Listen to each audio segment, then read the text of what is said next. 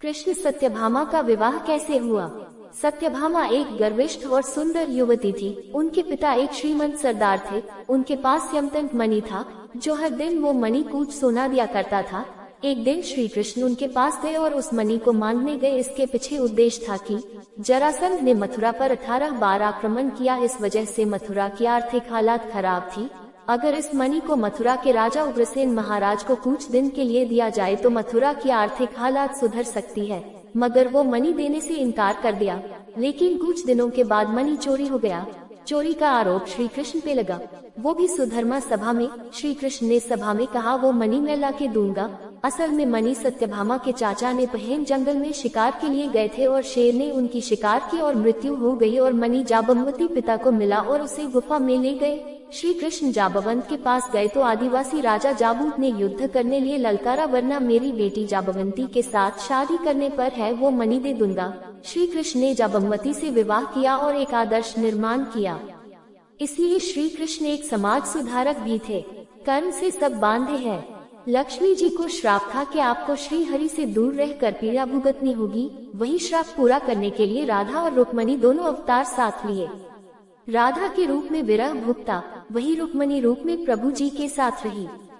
श्री कृष्ण द्वारका में रानी सत्यभामा के साथ सिंहासन पर विराजमान थे। निकट ही गरुड़ और सुदर्शन चक्र भी बैठे हुए थे।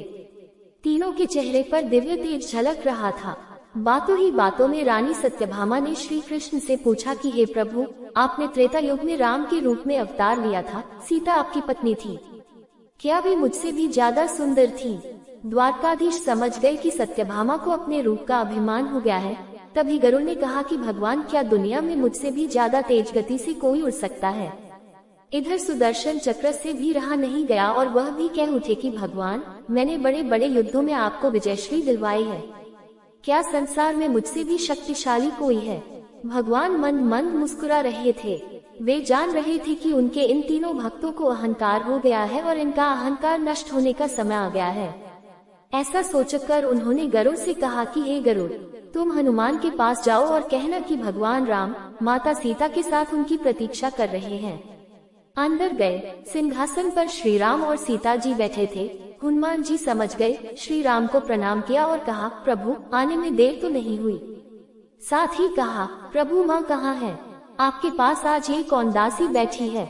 सत्यभामा ने ये सुना तो वे लज्जित हो गई, क्योंकि वह समझती थी कि कृष्ण द्वारा पारिजात लाकर दिए जाने से वह सबसे सुंदर स्त्री बन गई है। सत्यभामा का घमंड चूर हो गया। उसी समय गरुड़ तेज गति से उड़ने के कारण हौंकते हुए दरबार में पहुंचा। सांस फूल रही थी, थके हुए से लग रहे थे और हनुमान जी को दरबार में देखकर तो वह चकित हो गए। मेरी गति से भी तेज गति से हनुमान जी दरबार में पहुंच गए और लज्जा से पानी पानी हो गए। गरुड़ के बल का और तेज गति से उड़ने का घमंड चूर हो गया। अब बारी थी सुदर्शन की। श्री कृष्ण ने पूछा, हनुमान तुम अंदर कैसे आ गए? किसी ने रोका नहीं।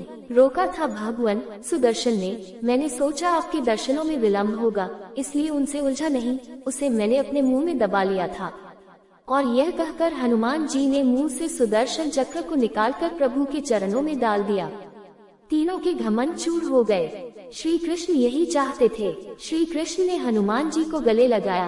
हृदय से हृदय की बात हुई और उन्हें विदा कर दिया। सत्यभामा को अपने धन संपत्ति का घमंड हो गया था।